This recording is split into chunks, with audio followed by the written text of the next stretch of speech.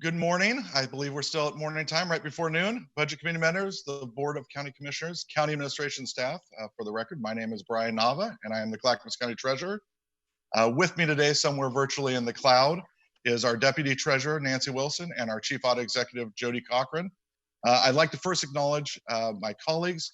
Without the work of them and the three wonderful staff we have in our office, our mission and the Clackamas County mission cannot be achieved. I'd also like to thank the budget staff for all their help.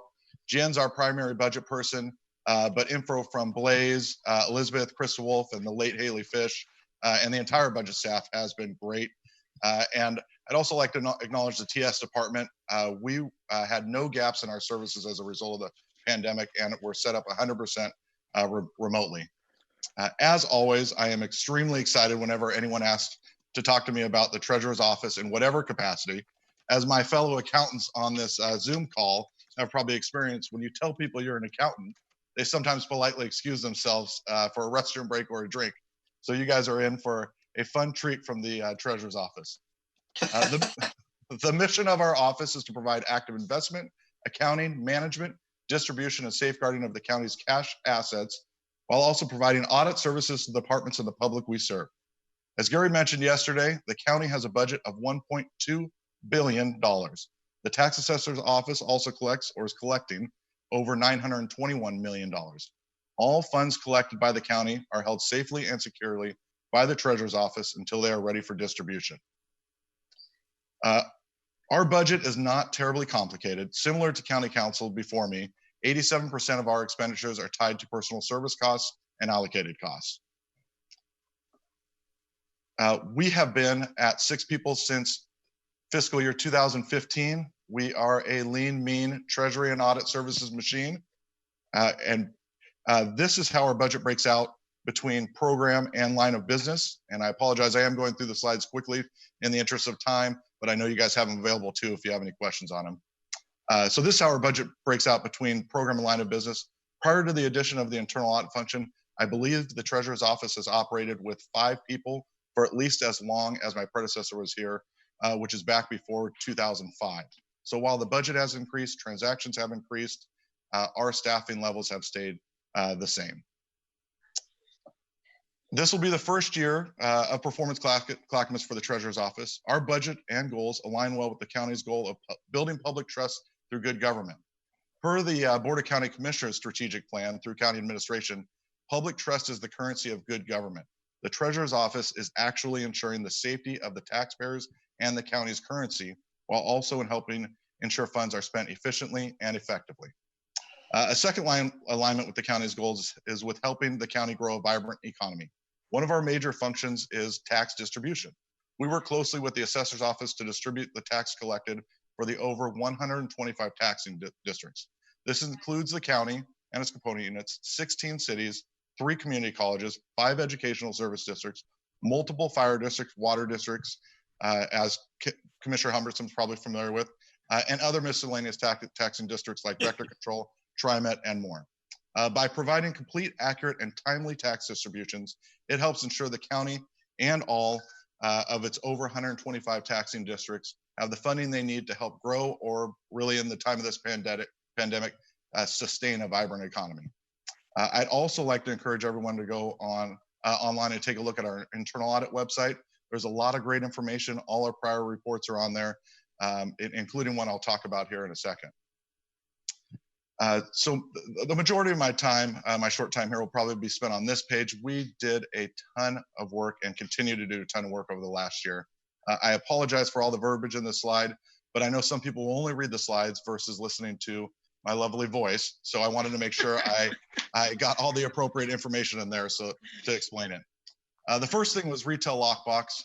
Our Lockbox provider, along with Washington County and Marion County's provider, abruptly stopped providing Lockbox services. That means out of the 179,000 plus property tax statements sent out each year, about 63,000 taxpayers still pay via check, and that Lockbox service provider processes those checks. We're able to work with the tax assessor's office, Washington County, and Marion County to get a Lockbox provider up and running at the beginning of this calendar year. And I can say for our taxpayers, I believe that service has been seamless, which death and taxes are the two main things that you can count on in life. And if you have any frustration paying your taxes, this is one of those things we want to make sure we eliminate, and I think we did. We also standardize our merchant procedure and setup so that people could set up their credit card machines, point of sale systems, things of that nature. Cash handling training, we're bringing that back to the county. That was done in the early 2000s, and we've created a training. We actually trained a few departments, and as part of one of our goals in the that you saw on a previous slide, we'd like to get all the cash handlers trained. It's the county's riskiest asset, and we need to make sure people are sufficiently handling that information. Electronic payments, we standardize that process. I'd also like to point out the three departments and more that when this pandemic hit, they were in a bind. You've heard the DTD talk about the permits department. Resolution Services was processing all transactions in-house at their department as well. H3S had some things, and we worked with them to get them up and running remotely so that they could still process the payments they needed. And lastly, people want to pay however they choose they can pay. American Express. Previously, we didn't accept the American Express card. We worked with our bank and our merchant service providers, and now the county can accept American Express, which is just great to have more methods for people to process their payments. The intranet page, I heard yesterday, Sean, Jeff, or Tom, it was one of you guys that said, asked about fiscal financial policies. One of our huge accomplishments this year was creating our intranet page and clearly communicating our policies and procedures to our customers, really for a better experience when they're interacting with our office. The macro deposit summary is going to be huge. That will actually interface transactions into our PeopleSoft financial management application. So that's going to reduce any type of human errors and also get that revenue posted faster, which has been a goal for finance, county administration, and my office as well, not to mention probably the whole county in general. The ACH EFT and direct deposit, that was just a matter of trying to get more people on it. I think we reduced the payroll checks we sent out by about in half, and some of that was a result of the pandemic. The commissioners may remember the EMT meeting we had with the union reps, and that was one of the avenues that I had discussed with them, getting some of their employees from check to direct deposit just to make sure they were receiving their payments on time that they earned and deserve. We're also working on codifying the internal audit function. That's been a great project. I think that allows for easier access for people who are trying to learn about our internal audit function. And then the financial condition report, really appreciate Gary sharing that with the budget committee as well as presenting it in his initial budget message. That was one of the things internal audit is constantly doing with our limited resource, is evaluating where the risks are at and where our services are needed. And this was one thing we saw as we wanted to get out before the budget committee meeting, so you had information prepared and that you could look at, and that was independently provided so that you could see the financial condition of the county. Similar to the previous slide, some of our significant changes are related to our significant accomplishments. The one that I'll highlight here is the cross-training performed. As I mentioned prior, we have only 6 people in the office. And so when one person is out sick unexpectedly, that's 17% of our workforce that is gone. And we have to still get our daily, weekly, quarterly, monthly tasks done. And so we worked very hard this year on cross-training all our employees.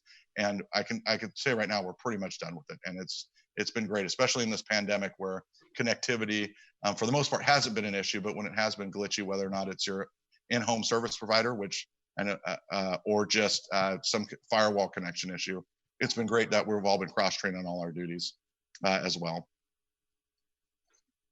So at this point, I know I rushed through my slides pretty quickly. I appreciate the questions being sent before. I also added just one quick slide.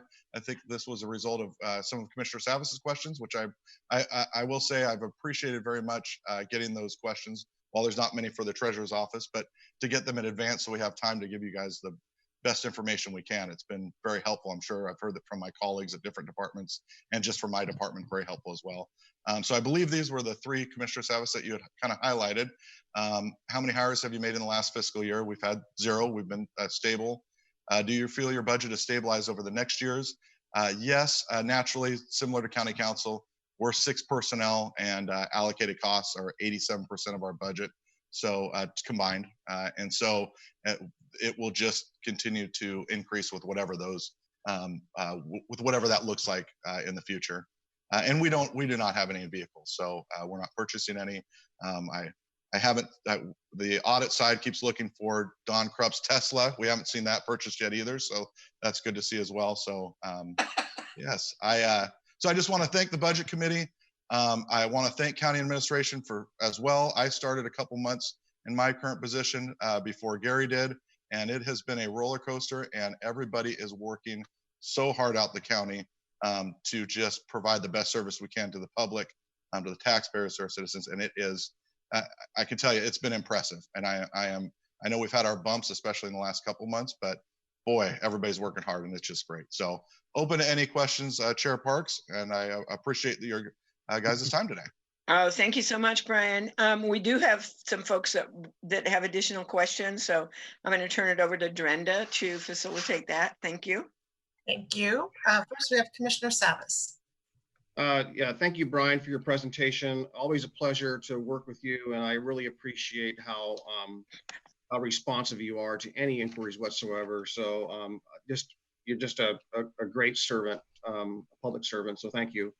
I'm hoping that Gary Schmidt is available to help with this question. I know we've been talking for a number of years, and I think the administrator had mentioned that budget time was the time to ask this question.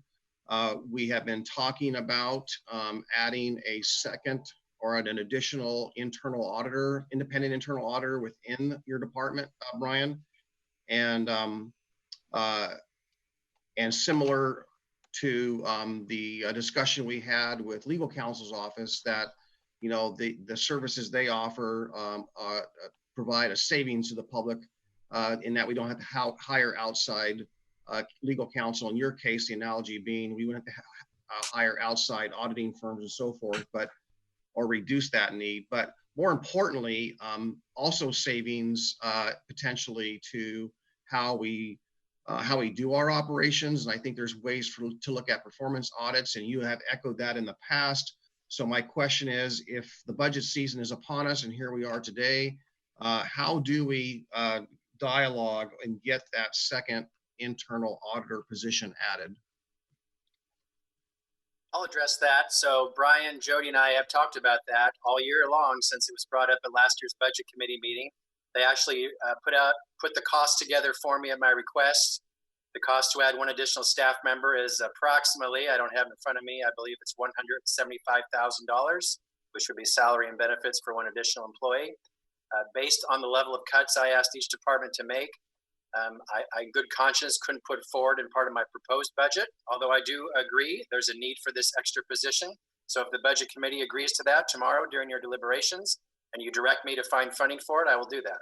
But based on the level of cuts I had to ask departments to make, I couldn't, in good faith, put that forward as an additional staff position, especially as you're all talking about FTE vacancies. But if this committee decides otherwise, you tell me tomorrow and I'll make it work. Right, and I don't know, Brian, if you can speak to the potential savings and why this would be a value and a benefit to the budget, actually, future budgets and a financial savings. So if anyone could speak to that to make that argument, I think maybe now's the time. Right, and so during my time, I put together a pretty rough and conservative estimate.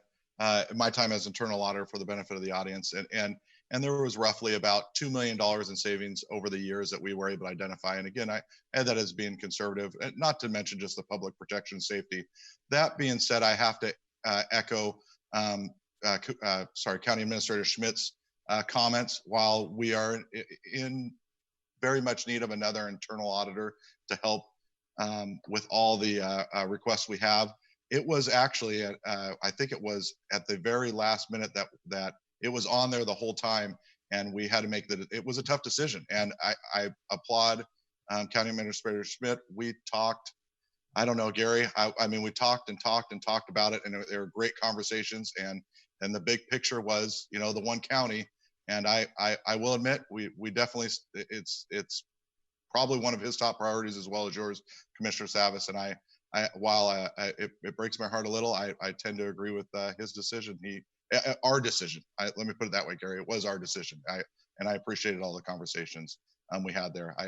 I agree, Commissioner. We need one, but I am if it's not the right time, it's not the right time. So yeah. So Gary, if I heard correctly, you said that the decision was not to include in the budget, but the discussion was to maybe bring it up to the budget committee, and maybe that's something to talk about tomorrow. But I do want to point out one thing, and that is, for example, Multnomah County has how many independent internal auditors in their department, Brian?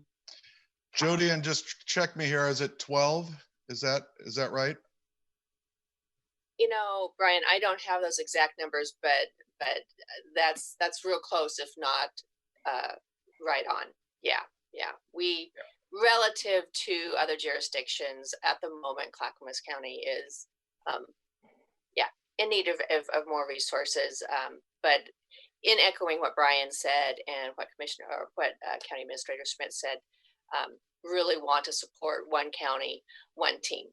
And going forward, we'll look to be able to support the county however we are staffed.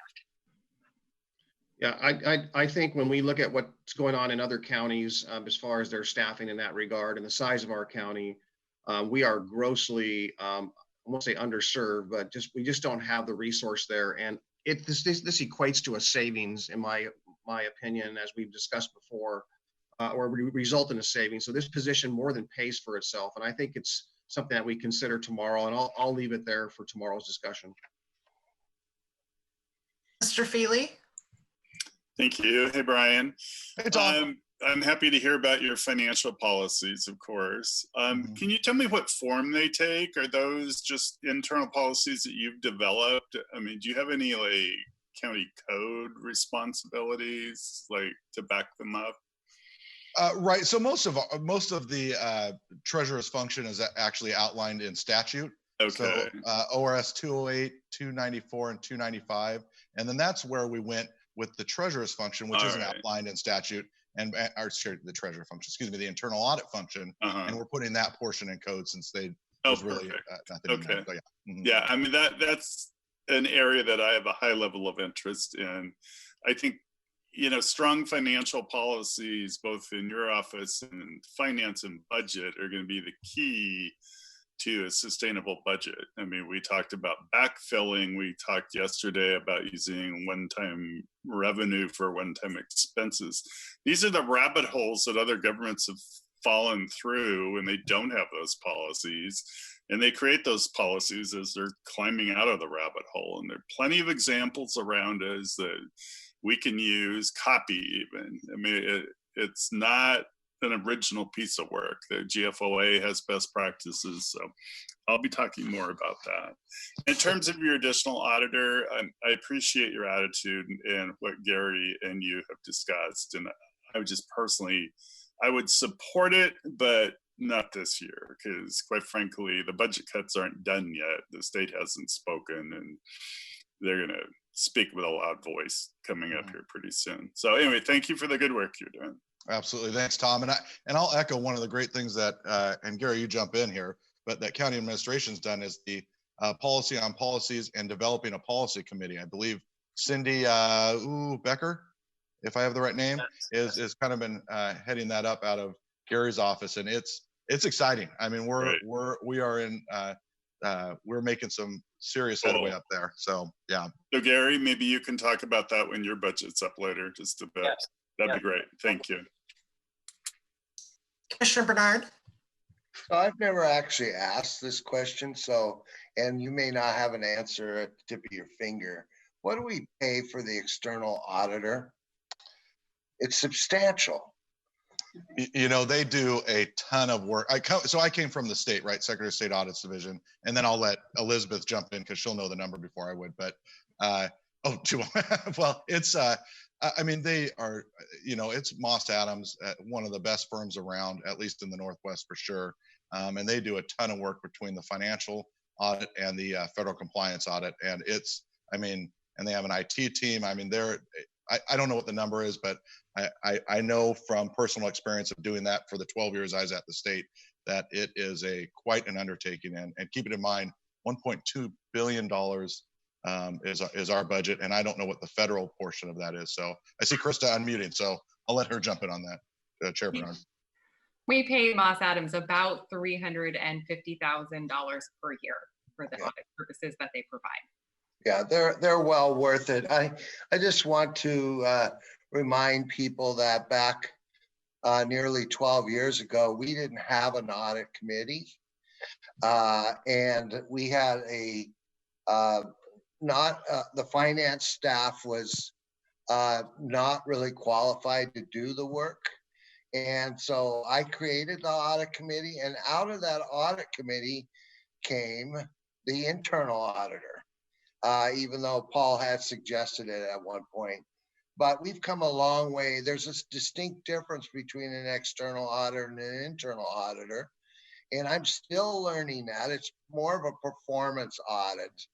And maybe I would say that it's has a lot to do with watching the processes. And we've come a long way. With Brian was our first, and Jody's our second one. And I don't disagree that someday in the future we should add one, but not now. I don't think you can compare Multnomah County, which I don't know what their budget is. It's a lot more than ours.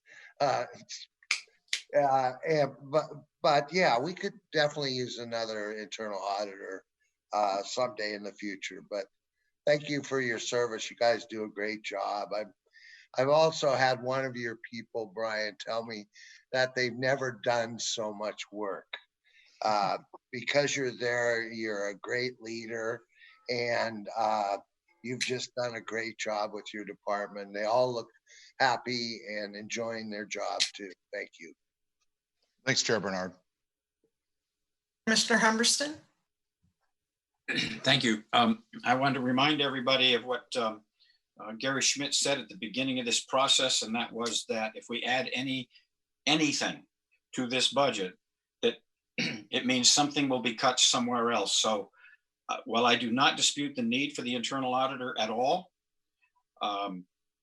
the question I will ask tomorrow is, if we make a decision to do so, I want to know what gets cut from whom and where in order to make that happen.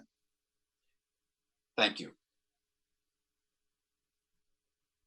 Thank you all. Thank you all. I see no other hands raised, no other questions in queue. So Brian and staff, thank you so much. We appreciate you taking very good care of the county's finances and collecting it very nicely from all of us. So thank you for that. That's a good thing.